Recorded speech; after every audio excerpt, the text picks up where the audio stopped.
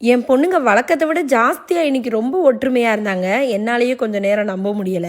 ஏன்னா, எதுக்கெடுத்தாலும் ஒரு ஹேர் பின்னுக்கு, பென்சிலுக்கு, எரேசருக்கு கீழ கிடக்கிற பிட்டு பேப்பருக்கெல்லாம் சண்டை போடுவாய்ங்க. என்னடா இன்னைக்கு 2 பேரும் ஒற்றுமையா இருக்கீங்கன்னு சொல்லிட்டு ஒரு நிமிஷம் ஆச்சரியமா தான் இருந்தது. அந்த ஒற்றுமையோட சேர்ந்து நாங்க 2 பேரும் சேர்ந்து குக் பண்ண போறோம்னு சொல்லிட்டு ஆரம்பிச்சாங்க. சரி ஓகே, சந்தோஷமா இருந்தா சரி, ஏதாவது ஒண்ணு செய்யுங்கடான்னு சொல்லிட்டு நான் சிக்கன் நைட் டின்னர் பண்ணலான்னு வாங்கிட்டு வந்திருந்தேன். ஆனா டின்னர் நீங்க பண்ண வேணாம், நாங்களே பண்றேன்னு சொன்னோன்னே நானும் சேர்த்து ரொம்ப குஷியாயிட்டேங்க. நமக்கு யாராவது ஒரு நேரம் சோறாக்கி போட்டா எவ்வளோ சந்தோஷமா இருக்கும். ஆனா என் பொண்ணுங்க என்ன சந்தோஷப்படுத்திட்டு எங்க வீட்டுக்காருக்கு பிடிக்காத ஒரு ஐட்டமா தான் செய்றாங்க.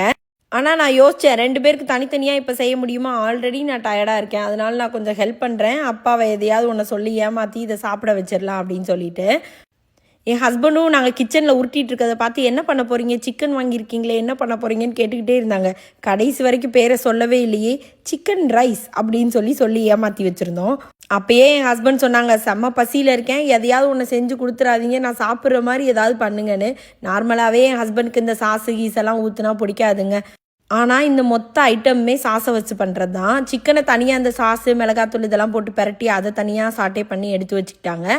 அப்புறம் சுத்தமாக பிடிக்காத ஐட்டம் கேப்சிகம், அதையும் போட்டு கொஞ்சம் சாஸ் எல்லாம் போட்டு அதை கிண்டி ஏதோ பாலெல்லாம் ஊற்றி கிண்டி அதையும் ஒரு கிரேவி மாதிரி எடுத்து வச்சுக்கிட்டாங்க.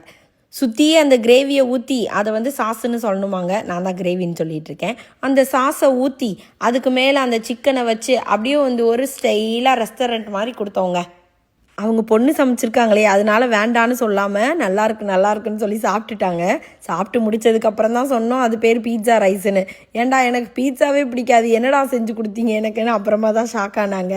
சாப்பாட்டில் எங்களுக்கு பிடிச்ச நிறைய விஷயம் என் ஹஸ்பண்டுக்கு பிடிக்காதுங்க. ஆனால் அவங்களுக்கு பிடிச்சதையும் நாங்கள் சாப்பிடுவோம், எங்களுக்கு பிடிச்சதையும் நாங்கள் சாப்பிடுவோம். அந்த மாதிரி ஆளுங்க நாங்கள். நீங்கள் எப்படின்றத கமெண்ட்ஸில் சொல்லுங்கள்.